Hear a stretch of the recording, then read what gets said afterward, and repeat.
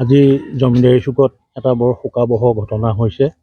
জমিদাৰী চুকৰ উদীয়মান ডেকা প্ৰায় ৩৫-৩৬ মান বয়স হৈছিল, তেখেতৰ মৃত্যু হৈছে। ইতিমধ্যে GMCত তেওঁ আছিল। জাপানীজ এনকেএফ ফ্লাইটিজত তেওঁ আক্ৰান্ত হৈছিল আৰু তাতে তেওঁৰ মৃত্যু হৈছে। আৰু ইতিমধ্যে যি হাঁহি ঘৰ পাইছিল, ইয়াত সকলো ৰাইজ আছিল। থকাৰ পাছত তেওঁক ঘৰৰ পৰিস্থিতিটো বেয়া হোৱাৰ কাৰণে এঘণ্টামান ৰাখি পেলাই শেষকৃত্য কৰিবৰ কাৰণে ৰাইজে ইতিমধ্যে লৈ গৈছে।